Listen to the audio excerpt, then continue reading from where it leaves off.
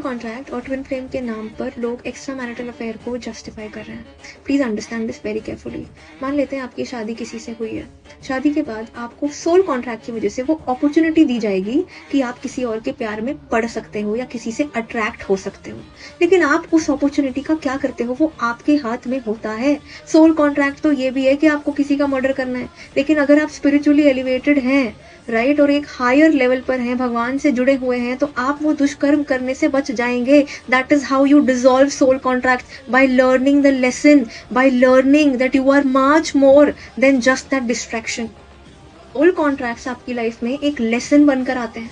तो soul contract का मतलब ये नहीं है कि आपके अगर नसीब में एक्स्ट्रा मैरिटल अफेयर लिखा है तो आपको वो करना ही है, ये ऐसा नहीं होता है। अगर आप वो करोगे ना तो एक और कॉन्ट्रैक्ट वहां पे फॉर्म होता है कि आपने अपने पार्टनर को चीट किया है। जो पार्टनर की बद्दुआ आपको लगेगी वो अलग से लगेगी। अब उस बद्दुआ की वजह से आपका एक और कार्मिक बैगेज क्रिएट होगा, क्योंकि आपने किसी को हर्ट करते हुए वो चीज करी है।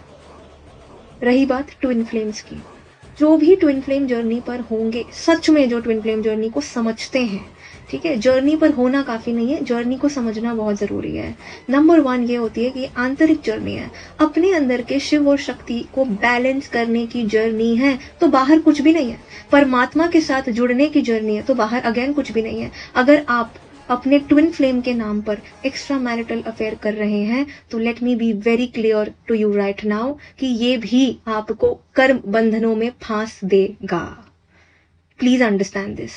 अगर कोई आपका ट्विन फ्लेम है और उसकी किसी और से शादी हो गई है, तो ट्विन फ्लेम्स का जो प्यार होता है that is beyond the presence, beyond the 3D world, ठीक है, 5D लेवल का प्यार होता है। और वो प्यार को कभी भी किसी के टच में फिजिकल फॉर्म में रहने की जरूरत नहीं होती है। आपको कभी भी अपने ट्विन फ्लेम के साथ एक्स्ट्रा मैरिटल अफेयर करने की जरूरत नहीं पड़ जाएगी, क्योंकि ट्विन फ्लेम का प्यार आंतरिक होता है, अंदर से होता है, इटर्नल होता है, इंटरनल होता है। तो यहाँ पर भी एक्स्ट्रा मैरिटल अफेयर वाली बात नहीं हो रही।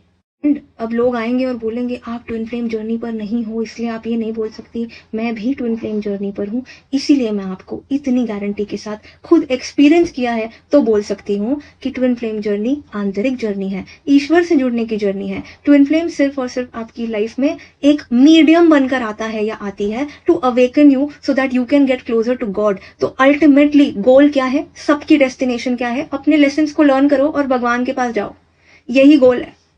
लोगों के बहकावे में आकर सोल कॉन्ट्रैक्ट्स के नाम पर, सोल में ट्विन फ्लेम के नाम पर अपने आप को इस तरह इस खाई में मत ढकेल देना कि बाहर निकलना ही बहुत मुश्किल हो जाए।